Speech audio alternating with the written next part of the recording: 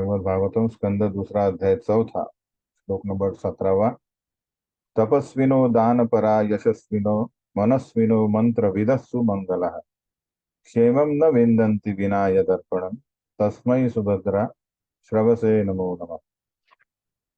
सर्व मंगलमय भगवान श्री कृष्णांना मी पुन्हा पुन्हा सादर प्रणाम करतो, कारण महान तपस्वी, ऋषी, श्रेष्ठ दानी, महान यशस्वी, महान तत्वज्ञानी आणि योगी, वेदमंत्रांचे महान पठण करते व वेदांचे कट्टर अनुयायी हे सर्व जोपर्यंत आपले गुण भगवंतांच्या सेवेमध्ये समर्पित करीत नाही तोपर्यंत ते आपले इच्छित फळ फळ प्राप्त करू शकत नाही। खूप चांगला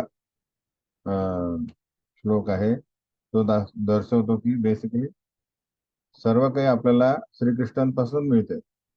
सगळे जे आपले गुण आहेत, तो तपस्या करण्याचा तपस्वी बनलाय, तो दानी बनलाय, यश प्राप्त केलं, ज्ञानी आहे, तत्वज्ञान किंवा योगी आहे, हे सगळं त्यांच्याकडनंच आपल्याला मिळालं आहे।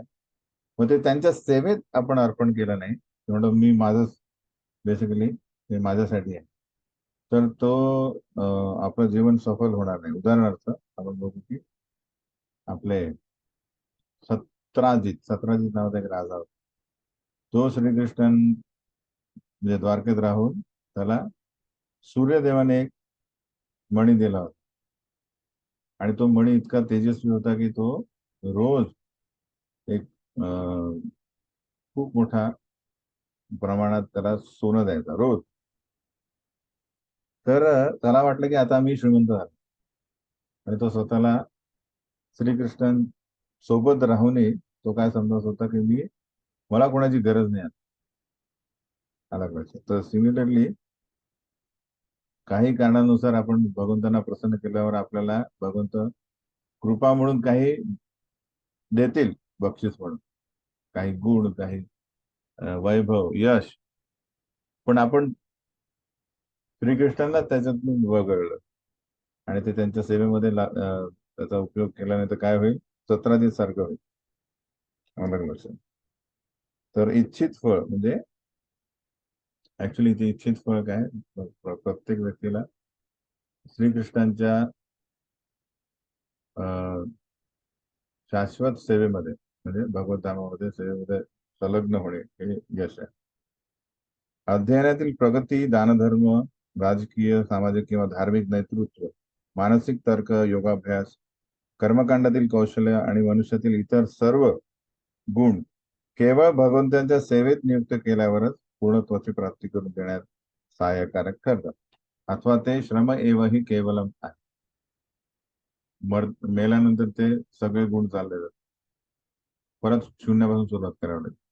म्हणून जे कौशल्य त्यांनी भगवंतांच्या सेवेमध्ये त्याला नियुक्त करून भगवंतांना प्रसन्न करणे, त्याच्यात आपलं भलं आहे। भगवत सेवेमध्ये नियुक्त केल्याविना हे सर्व गुण सामान्य जनासाठी दुःखाचेच कारण बनतात।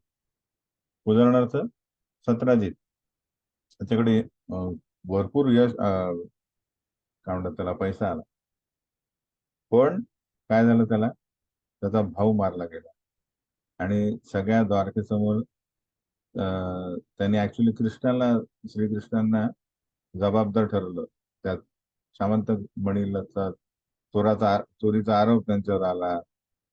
तर ही जी नाचक्की झाली ती तर कशामुळे झाली, कारण त्याचा उपयोग, माईक जवळ धरा, आवाज येतो, थँक्यू। आता आता ठीक आहे।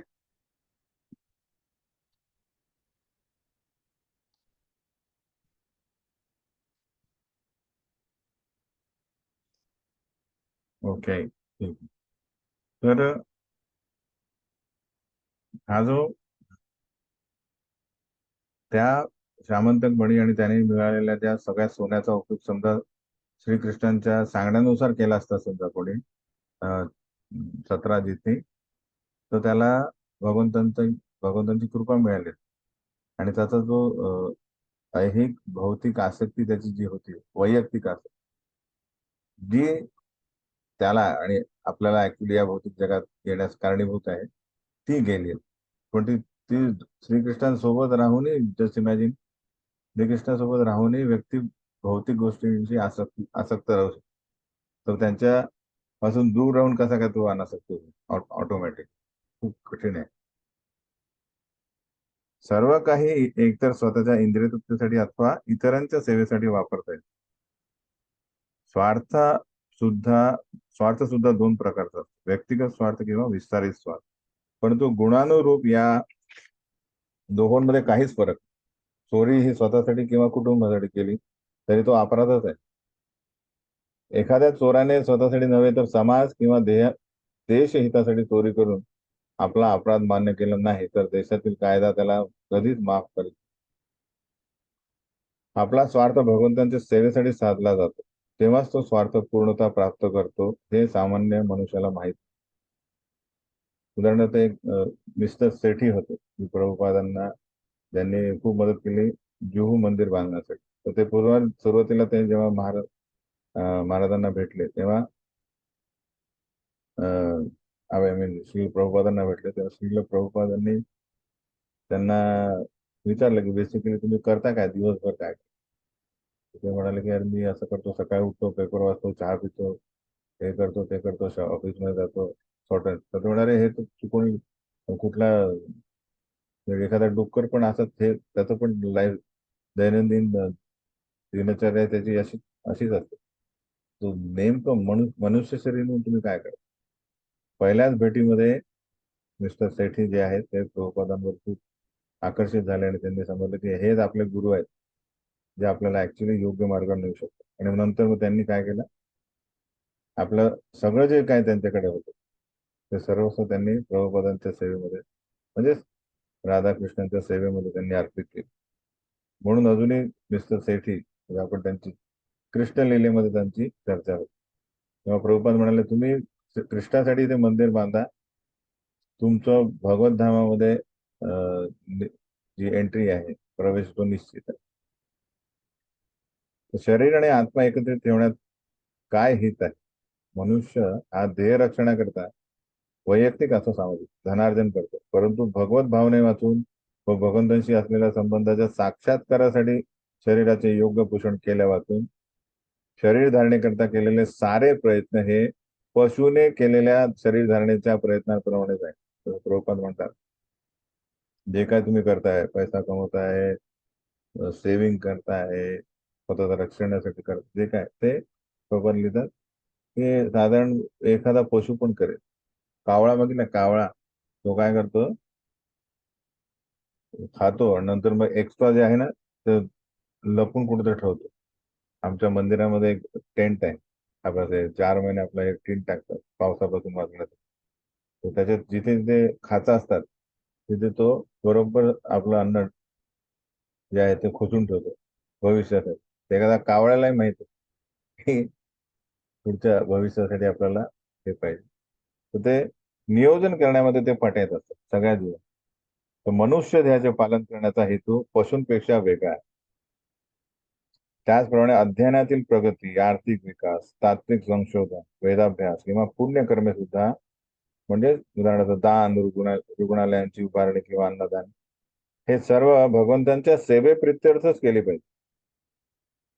तर सुरुवातीला लोकांना हे होतं की अरे रुग्णालय बांधणे किंवा अन्नदान हे तुम्ही करत नाही. ऍक्च्युली आपण पण इस्कॉन मध्ये पण हे सगळं चाललंय, रुग्णालय आपलं आहे, डॉक्टर हॉस्पिटल, अन्नदान पण होत आहे जीबी मध्ये, हे की नाही?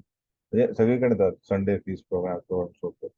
पण हे भगवंतांच्या सेवेप्रित्यर्थ म्हणजे काय होतं की हे बाकीचे लोक पण करत असतील, पण त्यांच्या शरीराचा विकास किंवा शरीराची काळजी घेणे कोणी करत, पण त्या शरीरासोबत त्याच्या आत्म्याची प्रगती त्याचा कोणी विचार केलाय? तर तो फक्त ती प्रगती कधी होईल जेव्हा तो भगवंतांचा प्रसाद सेवन करेल.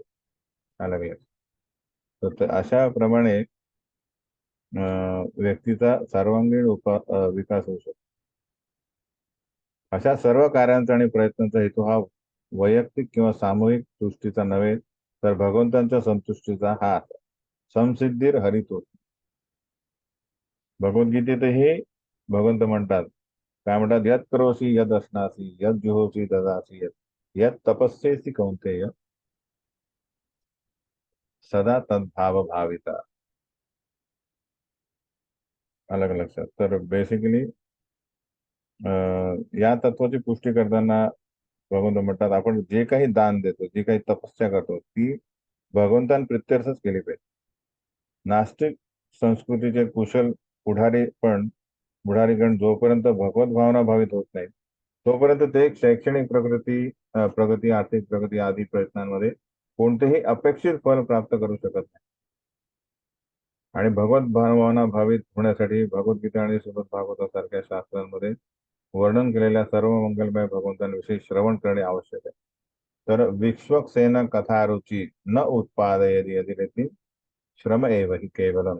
तर ही सगळ्या ज्या आपल्या गुणांचा उपयोग आपण कशामध्ये नाही केला, त्याचा एंड भगवंतांच्या लीला यशोगाथा श्रवण करण्यामध्ये रुची निर्माण केली नसेल, तर तो काय श्रम एव.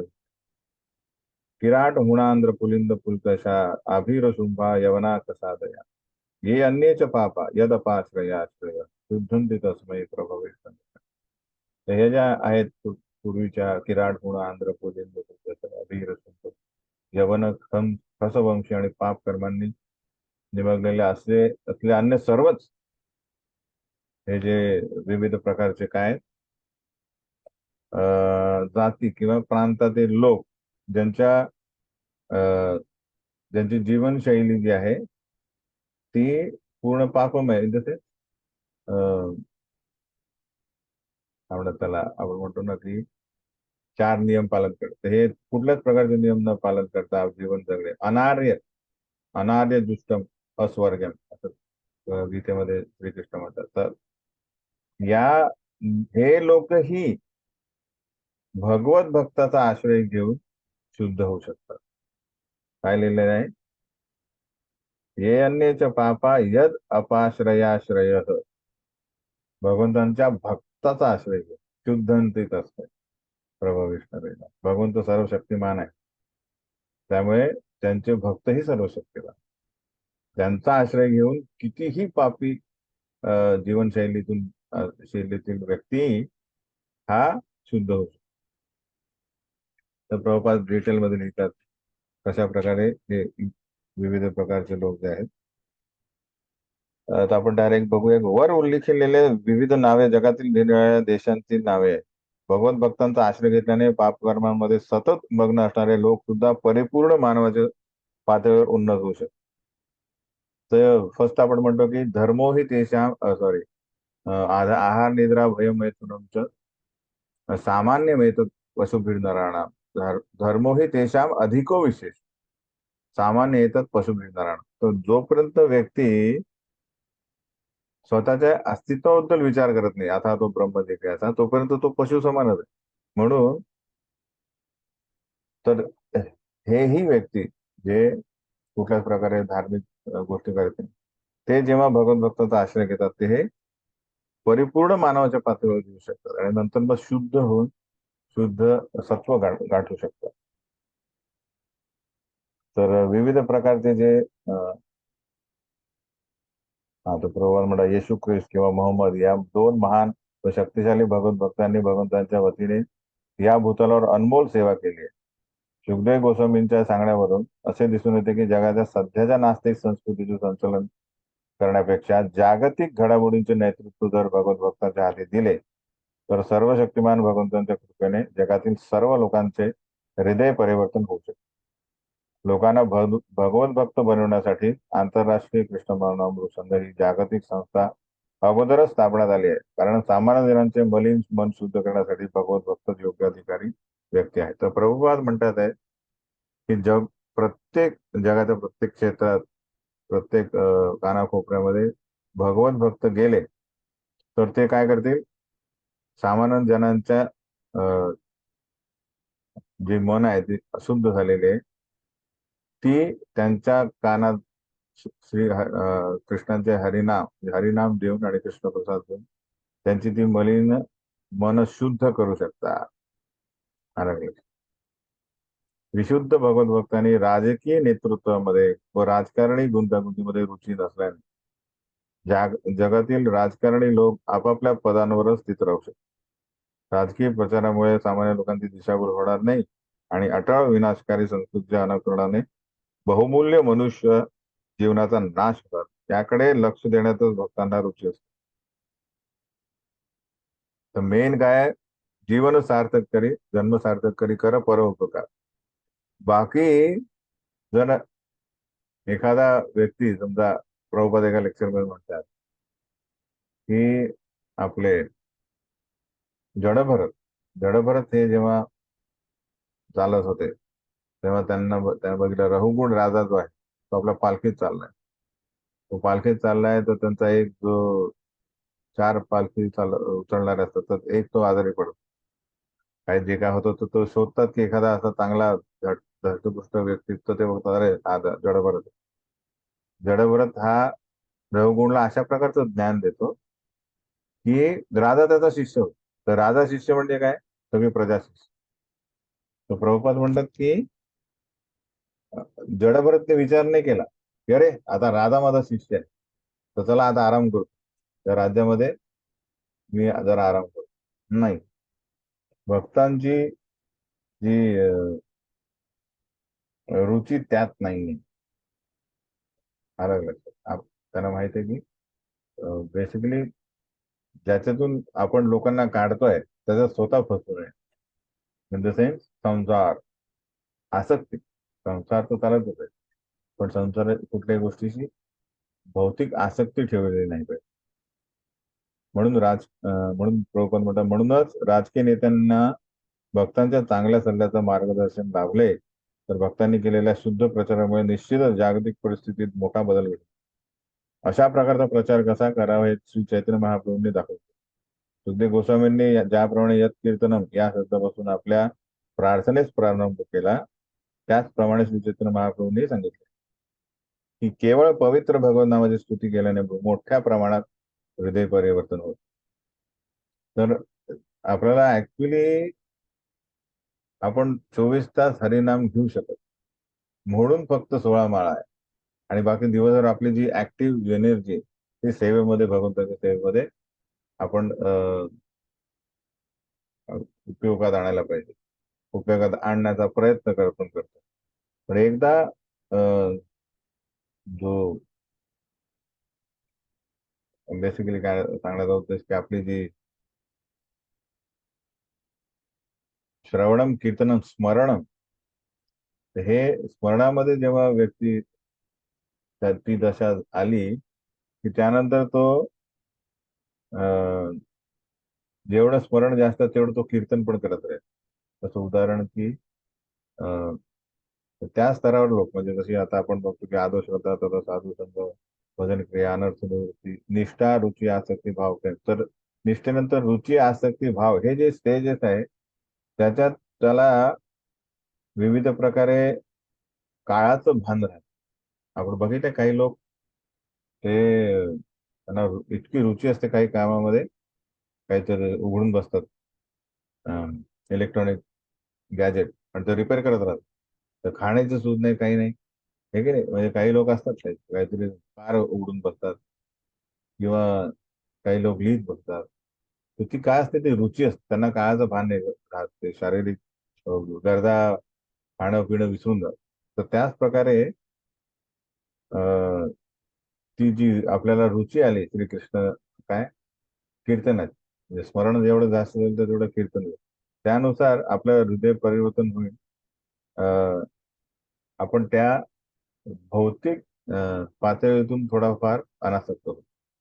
म्हणून म्हटलंय की भक्ती परेशानुभव विरक्तीर अन्यत्रच ईश. की भक्तीने काय होतं म्हणजे प्रपद्य मानसे यथा असतात. तर जो व्यक्ती जसा सरेंडर होतो म्हणजे या भौतिक भक्ती योगाला 100% स्वतःला देतो, म्हणजे 100% तो भक्ती करायला सुरुवात करतो, तेव्हा काय होतं ऑटोमॅटिक त्याची भक्तीमध्ये प्रगती होते आणि त्याला साक्षात पर ईश अनुभव. श्रीकृष्ण कशा प्रकारे भौतिक जगातही अस्तित्वात आहे आणि ते आपल्या भक्तीने कसं काय आपल्याला एक प्रतिसाद देतात, त्याचा अनुभव मिळेल. आणि विरक्तीर अन्यत्र, आणि इतर भौतिक गोष्टींबद्दल काय होईल, विरक्ती निर्माण होईल, अनासक्ती होईल, हे ऑटोमॅटिक होईल. कारण काय होतं, आता हृदय परिवर्तन होत आहे, ते अनर्थ निवृत्ती होत आहे. त्यासाठी हरिनाम आवश्यक आहे. अशा हृदय परिवर्तनामुळे राजकारणी लोकांनी निर्माण केलेले देशादेशांमधील हेवे दावे व गैरसमजुती तात्काळ नसतो आणि गैरसमज रूपी अग्नी नष्ट झाल्यावर इतर फायदे आपोआपच होते. स्वगृही भगवधामात परत जाणे हेच मनुष्याचे अंतिम ध्येय आहे व याची चर्चा आपण पूर्वी अनेक अनेक पुस्तकात केली. बाकी काय आहे, हे सगळे टेम्पररी रिलेटिव्ह ट्रूथ्स आहेत, हे की नाही, हे करणे ते करणे, पण आपला मेन ध्येय काय आहे, विष्णू गाठणे. सामान्यतया वैष्णवपंथ म्हणून जाणल्या जाणाऱ्या भक्तिपंथानुसार भगवत साक्षात्कारामध्ये प्रगती करण्यास कोणालाही प्रतिबंध नाही. आपण बघतो भक्ती इतर जातीचा सोडा, इतर प्राणी पण करू शकतो. लहान मूल ते म्हातारा करू शकतो, इतर सर्व जाती आपण बघितलं की राड होण्यानंतर कोणी पण करू शकतो. इवन आपण बघितलं की गरुड, आपले गिधाड, हे की नाही, म्हणजे हे सगळे आपले बघतोय आपण, प्राणी मात्रा, हे सगळे भक्त झालेले आहेत. ठीक आहे, जे मानव नाही.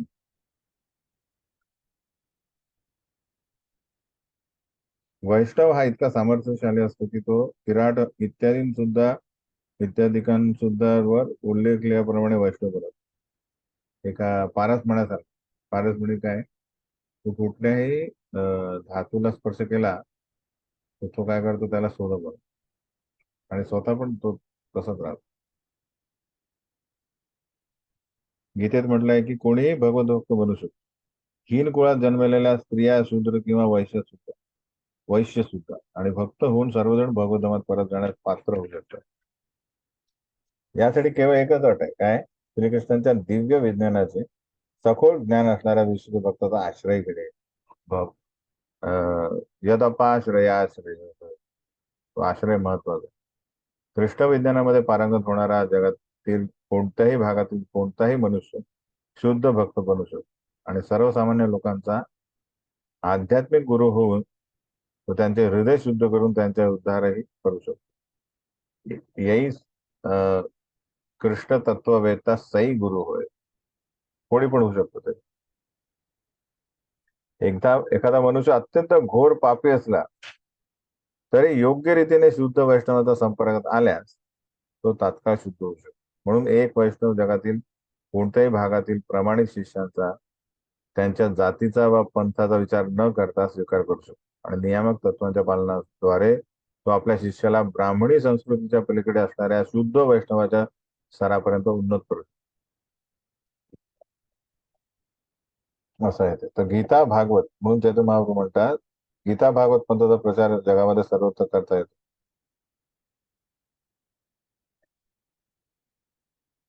तर सुखदेव गोस्वामी म्हणतात, सर्वशक्तिमान भगवंतांच्या आशीर्वादांची याचना केली त्यांनी केली फर्स्ट. भक्ती मार्गाच्या अर्चना अर्चना विधीमधील भक्तांची विनम्र सेवा भगवंत ज्याप्रमाणे स्वीकारतात त्याचप्रमाणे जेव्हा शुद्ध वैष्णव स्वतःला पूर्णपणे भगवत सेवेत समर्पित करतो व सुपात्र वैष्णवाच्या मार्गदर्शनाखाली प्रशिक्षित होतो, तेव्हा तात्काळ त्याच्या शरीरात आध्यात्मिक दृष्ट्या परिवर्तन घडून येते. या संदर्भातील वैष्णव नियमावलीतील सूचना पुढील प्रमाणे: अर्चे विष्णू शीलाधी गुरुषु नरमती, वैष्णवे जाती बुद्धी, श्री विष्णू नामनी शब्द सामान्य बुद्धी. मंदिरातील उपास्य अर्च विग्रहात साधारण पुतळा समजू नये, तसेच प्रमाणित आध्यात्मिक गुरूंनाही साधारण मानव समजू नये. त्याचप्रमाणे शुद्ध वैष्णव हे विशिष्ट जातीमधील आहे असं समजू नये. हे पद्म पुराणातील ही हा श्लोक आहे. 3 गोष्टी आहे: विग्रह साधारण पुतळा नाही, गुरु साधारण मानव नाही, आणि शुद्ध वैष्णव हा कुठल्या एका विशिष्ट जातीमध्ये नाही. हे 3 गोष्टी महत्वाच्या. निष्कर्ष काय आहे, भगवंत सर्व शक्तिमान असल्यामुळे व्यक्तिशः किंवा आध्यात्मिक गुरुच्या रूपातील आपल्या प्रामाणिक प्रकटनाद्वारे जगाच्या कोणत्याही भागातील कोणत्याही व्यक्तीचा कोणत्याही परिस्थितीत स्वीकार करू शकतो. श्री चैतन्य महाप्रभूंनी वर्णाश्रम धर्मियांव्यतिरिक्त अन्य जमातीतील लोकांचाही भक्त म्हणून स्वीकार केला आणि आम्हा सर्वांना शिकवण्यासाठी त्यांनी घोषित केले की मी कोणत्याही वर्णातील, आश्रमातील किंवा जमातीतील नसून व्रजवनी व्रजगोपींचे पालन करणाऱ्या भगवंतांच्या सेवकांचा शाश्वत सेवक आहे. हाच आत्मसाक्षात्काराचा मार्ग आहे. जेव्हा आपण भगवंतांची सेवा करायला जातो तेव्हा आपण हे नाही करत की मी ब्राह्मण आहे, क्षत्रिय, वैश्य, शूद्र आहे किंवा ब्रह्मचारी आहे, वानप्रस्थ आहे किंवा संन्यासी. नो, मी गोपीर पदकमलयोर दास दास दासानुदास असं या माइंडसेटने आपण पुढे आपल्या देवघरात प्रवेश करतो. अलग लक्षात. तर सर्व उपाधी विनिर्मुक्त तत्परत्वेन निर्मलम. आपली ही जी भौतिक उपाधी आहे तीच आपल्याला बेसिकली एक मोठा काय म्हणतात त्याला, एक साखळी आहे जी आपल्याला प्रगती करू देत नाही. म्हणून सर्व उपाधी विनिर्मुक्त. जोपर्यंत आपण भौतिक उपाध्या सोडत नाही तोपर्यंत आपली आध्यात्मिक प्रगती होणार. त्या उपाध्या आपल्याला व्यक्तिशा या भौतिक जगातील सोडायला आपल्याला त्याची आसक्ती सोडायची. अलग लक्षात. जो म्हणणार ठीक आहे माझ्या उपाध्या मी सोडून, आणि मग तसं नाहीये. आपल्याला जे आपला जो अहंकार आहे तो अहंकार त्यागायचा. कारण आपल्याला ज्या पण उपाध्या आहेत, जे काय गुण आहेत ते फक्त भगवंतांच्या सेवेमध्ये लावायचे, नाही आपल्या स्वतःच्या सेवेमध्ये नाही, किंवा एक्सटेंडेड सेन्स ग्रॅटिफिकेशन त्याच्यासाठी पण नाही. तर एष आत्मात्मवदा अवधीश्वर स्त्रयीमयो धर्ममयस्तपोन्याया गतव्यलिकेर अजशंकरादिभी वितर्कलिंगो भगवान प्रसिद्धता. तेच परमात्मा आहे व आत्मसाक्षात्कारी जीवांचे अधीश्वरही ते आहे. ते मूर्तिमंत वेद, मूर्तिमंत धार्मिक शास्त्र आणि मूर्तिमंत तप आहे. ब्रह्मदेव, शंकर आणि दांभिकपणाच्या पलीकडे असणारे सर्वजण त्यांचे पूजन करतात. अशा प्रकारे आदर आणि सन्मानाने पूजित होणारे भगवंत माझ्यावर कृपा करो अशी प्रार्थना करतो.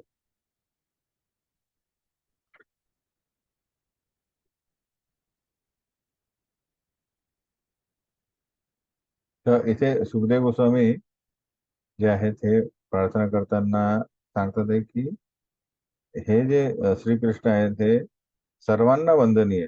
बेसिकली या भौतिक जगामध्ये ब्रह्म, देव, शंकर, भगवान यांच्याकडे बेसिकली लोक आकर्षित होतात. कारण लगेच आपल्याला वरदान त्यांची आपली भौतिक वरदानं पूर्ण होतात. पण बेसिकली इथे सुखदेव गोस्वामी म्हणतात आहे की इवन त्यांनाही श्रीकृष्ण काय पूजनीय आहे ते त्यांनी स्वतः आपल्या प्रार्थनामध्ये सांगितले. तर या भक्ती योगामध्ये एकच करायचं आपल्याला की निष्काम फर्स्ट स्टेज काय की निष्काम कर्मयोग. निष्काम म्हणजे काय, जिथे आपल्याला त्या फळाची अपेक्षा आहे. तर बेसिकली प्रभुपाद लिहितात की जनरली या भौतिक जगामध्ये काम करण्याची काय असतं, भौतिक कामे आणि मुक्ती कामे. भौतिक कामे म्हणजे मी केलं तर मला काय मिळेल या सेवेमध्ये, आणि मुक्ती कामे म्हणजे ठीक आहे आता मी तर्कवादी जे ज्ञानी व्यक्ती आहे ते म्हणतात की या भौतिक जगामध्ये स्वरूप जे आहे ते त्रासदायक, म्हणून आम्ही मुक्ती अशी बघतो की त्याचं स्वरूपच नसणार. हे मुक्ती कामे. आणि तिसरे जे म्हणतात की अरे म्हणजे त्याच्या आधीचे त्यातले ते म्हणतात की चला ठीक आहे या भौतिक जगामध्ये प्रॉब्लेम आहे पण जर सिद्धी प्राप्त केल्या तर आनंदी व्यक्ती. मग ते सिद्धी कामी व्यक्ती विविध प्रकारचे तपश्चर्या यज्ञ वगैरे करून ते काय करतात, सिद्धी प्राप्त करतात. विविध प्रकारच्या सिद्धी आहेत. आणि त्या सिद्धींची कामना केल्याने ते परत या भौतिक जगात आसक्त. या सर्व गोष्टी ज्या आहेत या ऍक्च्युली इंद्रिय तृप्तीमध्ये गणल्या जातात. पण जेव्हा फर्स्ट स्टेज येईल आपली काय, निष्काम कर, की मला या सेवेमध्ये काही फळ नको, फक्त भगवंतांना प्रसन्न करणे. पण निष्काम कर्म योगही आपल्याला पुरेसा नाही. तो भक्ती योग कधी होईल, जेव्हा आपण त्या त्या कार्यालाही आसक्त नाही राहत. फक्त श्रीकृष्णांचं संतुष्टी आपली आपलं ध्येय असेल, मग ते कुठलंही कार्य असेल. म्हणजे म्हणून आली उपाधी. तर सर्व उपाधी विनिर्मुक्त म्हणजे फस्तचे निष्काम कर्म तर आहेत, पण मला हे कार्य, मला ही सेवा आवडते किंवा ही सेवा मी करायची. पण त्यामुळे नाही नाही, ही सेवा नाही, दुसरी सेवा, त्यामुळे मी नाही, ते नाही करत. तर आला अहंकार, ती आली उपाधी, ती आपल्याला तीही सोडायची. उदाहरणार्थ की अरे मला डीटी रूम मध्ये सेवा करायची, का आता भगवंताच्या जवळ डायरेक्ट मला सेवा पाहिजे होती. पण अरे तिकडे क्राऊड केअर करायचा किंवा शू स्टॉल मध्ये करायचं, थोडं नाही नाही, मी नाही करणार. तर इथे हेतू जो आहे तो सेम आहे. तिन्ही सेवकांचा हेतू काय पाहिजे, की माझ्या सेवेने मला भगवंतांना प्रसन्न करायचं, भक्तांना प्रसन्न करायचं. मग ती सेवा कुठली असते, मग त्यात उपाधी नाही राहणार. तो तो तिथे अहंकार गेला म्हणून तो भक्तियोग आला. तो निष्काम कर्मयोग नाही राहणार, आणि तो होईल ते भक्तियोग. म्हणजे मग त्याच्या त्या कर्माचे आपल्याला रिॲक्शन देणार. इन द सेन्स यत करोशी यद असणाशी जे आहे त्याच्यात इवन अहंकार ठेवला तर त्याचं आपल्याला चांगलं फळ मिळेल. इन द सेन्स काही समजा पुण्य मिळालं तर ते पुण्य आपल्याला पेमेंट करायसाठी पण जन्म घ्यावा. आणि परत तो अहंकार आपल्याला काय होईल, तो ती प्रवृत्ती जाणार नाही, तो नेहमी अहंकारी राहील. म्हणून बहुतेक आपल्या भागवतम मध्ये सर्व प्रकारचे पूजित म्हणजे हे जे काय म्हणतात त्याला, भौतिक धर्मांची काही गणना नाही. भौतिक इंद्रिय भौतिकताच नाहीये. काय लिहिलंय की धर्म प्रोजित कैतवत्र परमो निर्मत्सराणा सदा. तिथे ते काही पण आले, धर्म अर्थ काम मोक्ष, भौतिकताचा त्याचा गंध पण नाही. म्हणून मी लिहिलंय की कृष्ण भक्त निष्काम अत एव शांत, भुक्ती मुक्ती सिद्धिकामी सकली अशा. तर हा जो हे आहे, तर तू भक्त हा शांत कधी राहील, तर शांत कधी असतो व्यक्ती, जेव्हा तो आनंद असतो. जसे त्याला कुठल्या प्रकारचा न शोचित न कांक्षती. तर त्यासाठी तो त्याची उपाधी नसायला पाहिजे. उपाधी जी आहे हे एखादं डोक्यावर बर्डन आहे. सपोज कुठे जाता तुम्ही, 20 किलो तुमच्या डोक्यावर एक सुटकेस दिली आहे, तर किती डोक्याला त्रास होईल. तर ती डोक्याला ती सुटकेस काढून ठेवली की तुम्ही शांत आहे की नाही. म्हणून सर्व उपाधी विनीत, अहंकार जो आहे तो काढून ठेवणे हे महत्वाचं. आणि गीतेत भगवंत म्हणतात आहे की ऍक्च्युली सर्व कर्मफळे जे आहेत ते मी स्वतः प्रदान करतो सर्वांना, कारण ते सर्वांचेच अधीश्वर आहेत, मूळ नियंत्रक आहेत. तर आपल्याला वाटतं अरे हा देतोय, पण ऍक्च्युली सर्व कर्मफळ म्हणजे सगळ्या कर्मांची फळे डायरेक्ट श्रीकृष्णच देत. याची अनुभूती कोणाला होते, दांभिकपणाचा लेश मात्रही नसलेल्या भक्तांना त्याची अनुभूती, की ऍक्च्युली तो फळ देणारा कोण आहे. म्हणून सुखदेव गोस्वामींनी भगवंतांच्या भक्तिपूर्ण सेवेवर विशेष जोर दिलाय. श्रियपतिर्यज्ञपती प्रजापती धियापतीर लोकपतीर धरापती पतिर्गतिश्चांधक वृष्टी सात्वताम प्रसिद्धताम मे भगवान स्वताम. हे ऍक्च्युली भगवंत जे आहेत, तो पती शब्द आलेला आहे. पती म्हणजे स्वामी.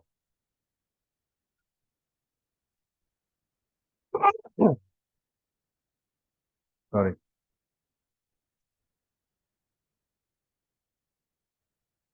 तर श्रिय आपण म्हणतो की ऐश्वर्यस्य समग्रस्य वीर्यस्य यशस्य श्रिय ज्ञान वैराग्य हे सर्व जे 6 ऐश्वर्य आहेत त्याचे मेन स्वामी कोण आहेत? श्रीकृष्ण. तसे ते भगवान माझ्यावर कृपा करो, तशा प्रार्थना भगवंतांना आपले सुखदेव गोस्वामी करतात. यदंघ्री अध्ययन समाधितो धिधो तया धियानुपश्यन्ति हि तत्त्वमात्मनः वदन्ति चैतत् कवयो यथा ऋतं स मे मुकुंदो भगवान कृष्ण. भगवान श्रीकृष्ण मुक्ती प्रदान करणारे अधिकारी पुरुषांचे चरणानुगमन करून भगवंतांच्या चरण कमलांची क्षणोक्षणी चिंतन करणारे समाधिस्थ भक्त त्या परम सत्याचे दर्शन घेऊ शकतात. परंतु विद्वान तर्कवादी मात्र स्वतःच्या कल्पनेनुसार त्यांचे चिंतन करतात. असे भगवंत माझ्यावर प्रसन्न होत. आपले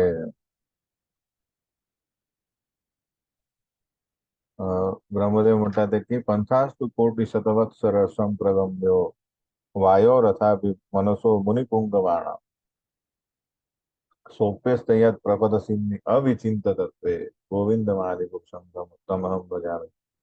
ही तर्कवादी लोक आपल्या कल्पनेनुसार कितीही वर्ष चिंतन करत राहिले तरी ते भगवंतांच्या चरणकमलांचं तेज आहे त्याच्यापर्यंत पण पोहोचू शकणार नाही. सिंहने विचिंत्य तत्वे कोण करू शकतो? त्यांच्या अधिकारी पुरुष जे आहेत ते फक्त भगवंतांच्या चरणकमलांची ते दर्शन घेऊ शकतात. कारण भगवंत हे भक्ते भक्त्यामाम अभिजानात यावा निश्चास्तित. तर हे राजा कुलशेखर म्हणतात की कृष्ण त्वदीय पद पंकज पंजरांतम अद्येव मे विशतु मानसराज हंस प्राण प्रयाण समये कफवात पित्तै कंठावरोधन विधो स्वर्ण कुतस्ते. की हे भगवंता, हे कृष्ण, माझे मनरूपी राजहंस तात्काळ तुमच्या कमळनाळ रूपी चरण कमलांमध्ये प्रविष्ट होऊन त्यामध्ये गुंतून राहू दे. मन जे आहे एक राजहंस आहे, तो कुठे आनंद प्राप्त करतो? तो कमळाचं जे नाळ असतं तो त्याच्यातील गर खातो, त्याच्यात गुंतून राहतो. तर इथे राजा कुलशेखर म्हणतात की हे माझं मन हे तुमच्या चरण कमळ जे आहे, तुमचं चरण कमळ काय आहे? कमळ आहे. तर त्याच्यात गुंतून राहू दे, अन्यथा मृत्यू समय ज्यावेळी माझा कंठ कफाने दाटू नये त्यावेळी मी कसं काय तुमचं स्मरण करू शकतो? तर आता आपण प्रॅक्टिस केली नाही तर आपली पण आता माहिती आहे आपल्याला की क्लास झाला किंवा जॉब झाला त्याच्यानंतर आपल्याला कृष्णांची आठवण सेवेमध्ये पण होत नाही, हो की नाही?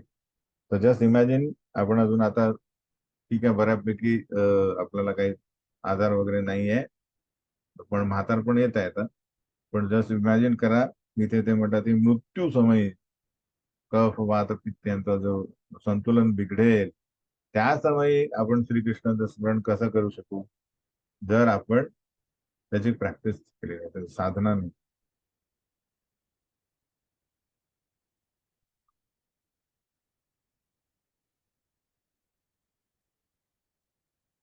तर प्रभुपाद म्हणतात की तर्कवादी जे लोक आहेत भगवंतांच्या चरण कमला रूपी जाळ्यात प्रवेश करू शकत नसल्यामुळे त्यांचे अंतिम निष्कर्ष पूर्णपणे विरोधाभासात्मक असतात आणि सरतेशेवटी स्वतःच्या आवडीनुसार म्हणजे यथा रुचम जितके निष्कर्ष तितकेच मार्ग येतो मत तथो पथ असे म्हणून ते अर्थहीन तडजोड करतात. तर्कवादी लोक जे शास्त्र आणि आचार्यांना धुडकावून स्वतःच नवीन काहीतरी चालू करतात. परंतु भगवंत म्हणजे काही तर्कांच्या बाजारपेठेत सर्व गिरायकांना खुश करणारा दुकानदार नव्हे, हे की नाही? भगवंत हे भगवंतच परमपुरुष परम सत्य आहे आणि सर्वांनी आपणास शरण यावे यांचा असा त्यांचा आग्रह असतो. तर एक शुद्ध भक्त पूर्वाचार्यांच्या अर्थात पूर्वाधिकारी पुरुषांच्या पदचिन्हांचे अनुसरण करून प्रामाणिक आध्यात्मिक गुरुच्या पारदर्शक माध्यमाद्वारे भगवंतांचे दर्शन घेतो. काय म्हणतात? अनुपश्यंती. आणि आपण अशा भक्तांचा आश्रय घेऊन आपणही करू शकतो. महाजनो येन गता असता, हाच एक मार्ग आहे. आणि असं करताना आपल्याला विचार करायला नको की अरे मग माझं मी सदैव करू शकणार आहे. तर प्रभुपाद म्हणतात, श्री कृष्ण म्हणतात की तेषाम सतत युक्ताना भजताम प्रीतीपूर्वक ददामी बुद्धी योगम येन माम उपया.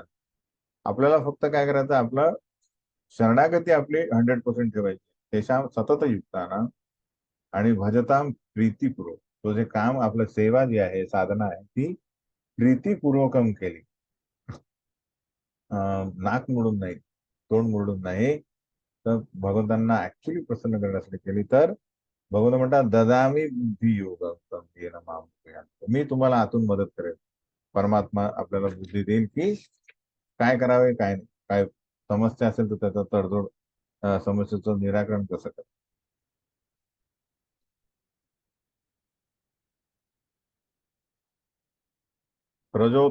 प्रचोदिता येन पुरा सरस्वती वितन्वजातस्य वितन्वताजस्य सतीं स्मृतिं प्रति स्वलक्षणा प्रादुर्भूत केलास्य समे ऋषीणा ऋषभम समे ऋषीणां ऋषभ प्रसीदताम. ज्यांनी सृष्टी निर्मितीच्या वेळी ब्रह्मदेवांचे दृढ ज्ञान त्यांच्या हृदयातून न वृद्धिंगत केले, त्यांना स्वतःच्या व सृष्टीच्या सर्व ज्ञानाची प्रेरणा दिली. तसेच जे ब्रह्मदेवांच्या मुखातूनच उत्पन्न झाल्याप्रमाणे वाटतात, ते भगवंत माझ्यावर प्रसन्न हो.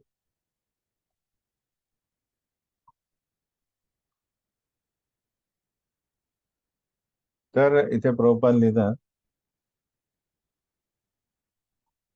की जीव हा अंश आहे आणि भगवंत विभू आहे, पूर्ण आहे. तर ब्रह्मदेव जे आहेत यांनी हे आपल्या मधील, म्हणजे आपण जीव जे आहेत त्या जीवांमधील सर्वोत्तम बुद्धिमान व्यक्ती, त्यांनाही भगवंतांबद्दल काही माहिती नाही. तर ऍक्च्युली अंशाला पूर्णाबद्दल पूर्ण ज्ञान असूच शकणार नाही, पण तरी त्यातल्या त्यात त्यांना 78% भगवंतांबद्दलचं ज्ञान असू शकतं, जे ब्रह्मदेवांना आहे. जे कधी मिळालं त्यांना, भगवंतांनी हृदयातून त्यांना ते ज्ञान दिलं. आणि तरीही कालांतराने त्यांना विसर पडला, म्हणून भगवंतांनी परत त्यांना प्रेरणा दिली.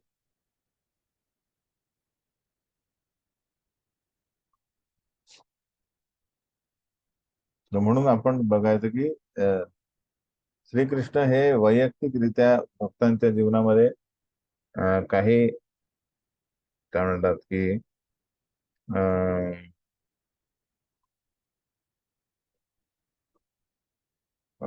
नॉट अडथळे, पण हरी हरी म्हणजे हरण करणारा, जे जे आपल्याला नको आहे, अनावश्यक आहे, त्यांचं भगवंत काय करतील, हरी हरण करतील. तर भगवंत म्हणतात 10व्या स्कंदा की मी ज्याच्यावर मी अनुग्रह करतो त्याचं मी काय करतो, त्याचं सर्वस्व हरण करतो, जेणेकरून त्याची जी भौतिक आसक्ती निघून जाईल आणि त्याला माझ्याशिवाय दुसरा आश्रय राहणार.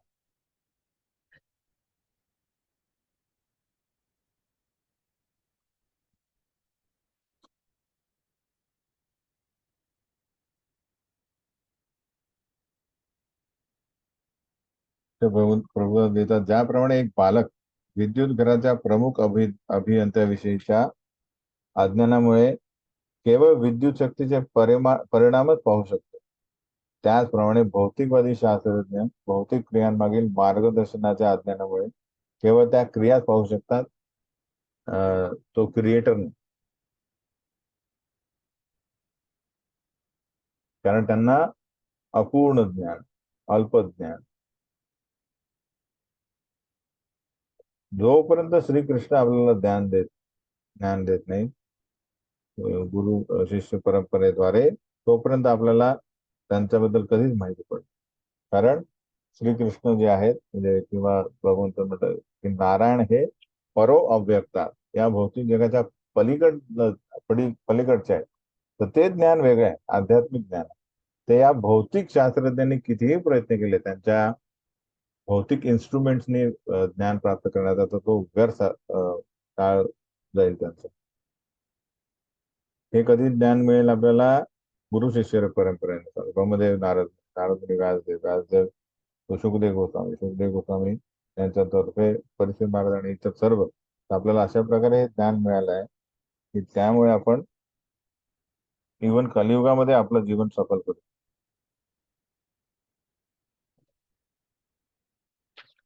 सॉरी. भूतेर्महद्भिर य इमा पुरो विभुर निर्माय शेते यदमुषु पुरुष भुंक्ते गुणान् षोडश षोडश तो अलंकृशिष्ट भगवान वचान. जे ब्रह्मांडामध्ये शयन करून महाभूतांनी बनलेल्या सर्व भौतिक वस्तूंना चेतना देतात आणि जे आपल्या पुरुषावताराद्वारे प्राकृतिक त्रिगुणांच्या 16 प्रकारांनी निर्माण केलेल्या प्राणीमात्रात त्या गुणांच्या अधीन होण्यास कारणीभूत असतात. असे देव भगवंत माझी वाणी अलंकृत करो. म्हणून म्हणतात की अं, आता ही जी व्यक्ती आहे, कोण आहे? सुखदेव गोस्वामी. हे जे आहेत गोस्वामी, यांना पहिल्या मनूपासून आता सध्या जे मनू आहेत आणि भविष्यातील मनू यांच्या सर्वांबद्दल ज्ञान आहे, सर्वबद्दल माहिती आहे. अलग की अं, ती काय आहे? कारण त्यांना श्रीकृष्णांचा काय मिळालेला आहे? अनुग्रह मिळाला. गुरु शिष्य परंपरेद्वारे जो व्यक्ती पूर्णतः शरणागत असेल तर तो अशा प्रकारचं कार्य करू शकतो.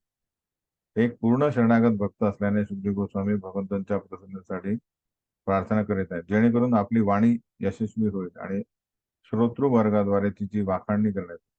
कोणत्याही यशस्वी झालेल्या गोष्टींसाठी आपण साधन मात्र आहोत असा विचार भक्त करतो. आपण केलेल्या कार्याचे श्रेय स्वीकारण्यास ते नाकारतात. श्रेय कोणाला द्यायचं आहे? गुरु. कारण आपलं काहीच नाही. आपण म्हणतो चला पुस्तक लिहू. अरे कोणाकडनं आपण घेतोय ज्ञान? व्यासदेव. व्यासदेव स्वतः भगवंतांचे अवतार. बेसिकली असं काहीच नाही आहे जे आपण व्यासदेवांकडनं नाही घेत. सगळ्या ज्ञानाचा उगम त्याच्यातून झाला. तर बेसिकली मग श्रेय कोणून घ्यायचं? तर हे श्रेय गुरूंना जाणे आवश्यक. पण जबाबदारी प्रत्येक गोष्टीची, कार्याची आपली आपली आहे. पूर्ण पुरुषोत्तम भगवंतांच्या अनुमती विना गवताचे पातेही हलवू शकत. हे न जाणणारा नास्तिकवादी सर्व कार्यांचे श्रेय स्वतः घेतो. म्हणतो मी केलेलं आहे. पण ऍक्च्युली प्रकृतीचे 3 गुण कार्यरत आहे, बाकी कोणी कार्यरत नाही. अर्थात श्रीकृष्णांच्या अनुमतीशिवाय काही होत. कारण 3 गुण पण हे काय आहेत? श्रीकृष्णांचे सेवक आहे.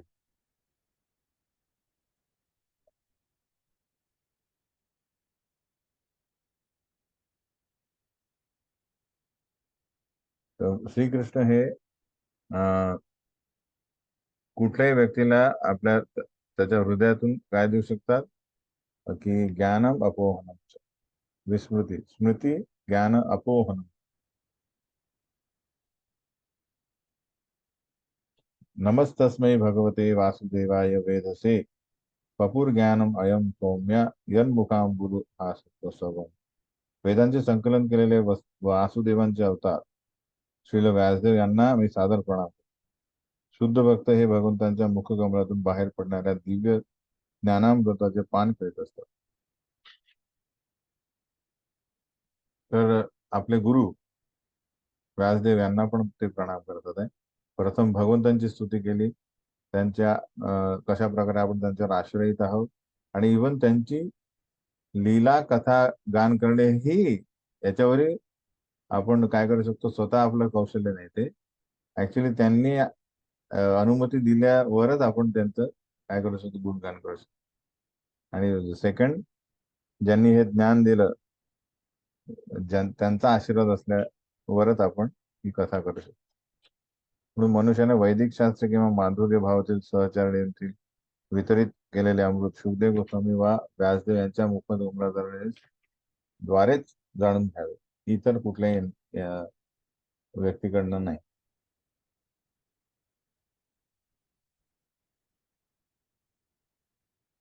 एत देवात्मभू राजन नारदाय विपुच्छते वेदगर्भो अभ्यदात साक्षात यदाह हरिरात्मनः. भगवंतांनी जन्मताच वैदिक ज्ञान प्रदान करण्यात आलेल्या आपल्या पुत्राला या विषयाबद्दल ज्याप्रमाणे सांगितले, हे राजन, आदी जन्मा ब्रह्मदेवांनीही नारदांच्या प्रश्नाला अगदी त्याचप्रमाणे यथावत उत्तर दिले. तर हा संवाद जो आहे तो अं, नारद मुनी आणि ब्रह्मदेवांमध्ये झाला, जो परीक्षित आणि सुखदेव गोस्वामीमध्ये झाला. म्हणजे इन द सेन्स बऱ्याचदा आपण बघतो की अं, अं, परीक्षित महाराज प्रश्न विचारतात सुखदेव गोस्वामींना. सुखदेव गोस्वामी म्हणतात की हा रे हा हे प्रश्न तर इव्हन नारद मुनींनी ब्रह्मदेवांना विचारले. तर अशा प्रकारे अं, पूर्व पूर्वी झालेल्या संवादांना कोट करून ज्ञान जे आहे ते आपल्याला मिळत आहे. तर पुढे 5वा अध्याय आहे, ज्यात आपल्याला दिसेल की सर्व कारणाचे कारण काय आहे. इथे ब्रह्म आणि नारद संवाद आहे.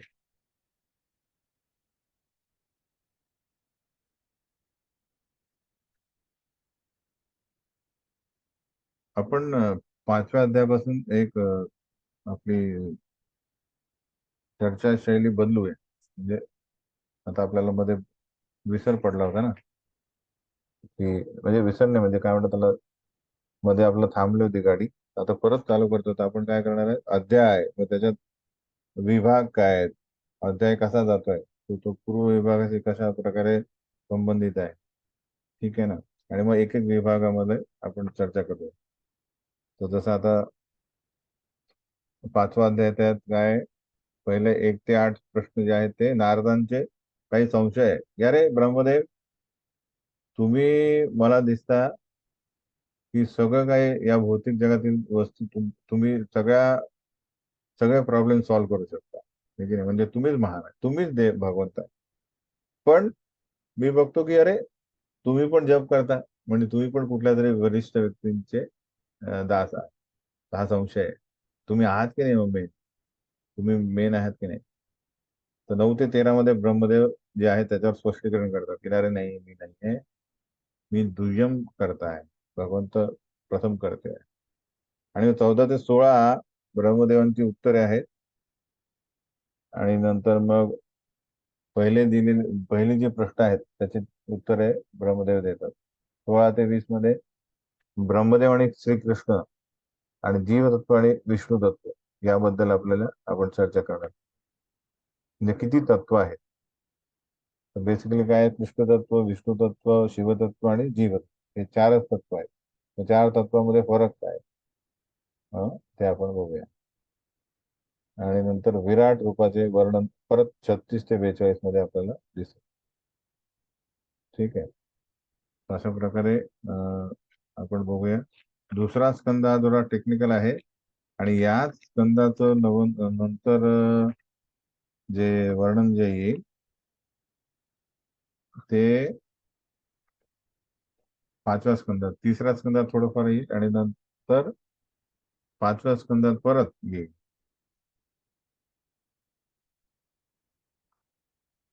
थोडंफार क्रिएशन.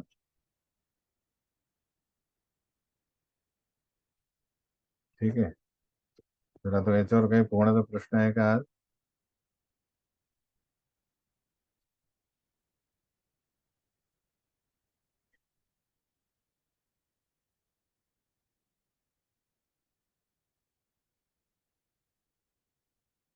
आज खूप मीटिंग झाल्या आमच्या या काही प्रश्न आहे कोणाचा?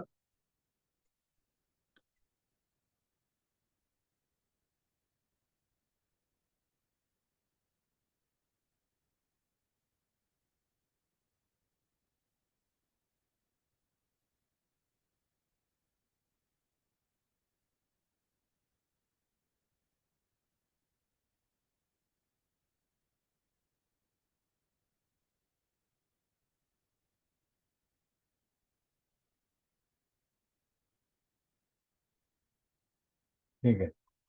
मग नसेल तर मग आपण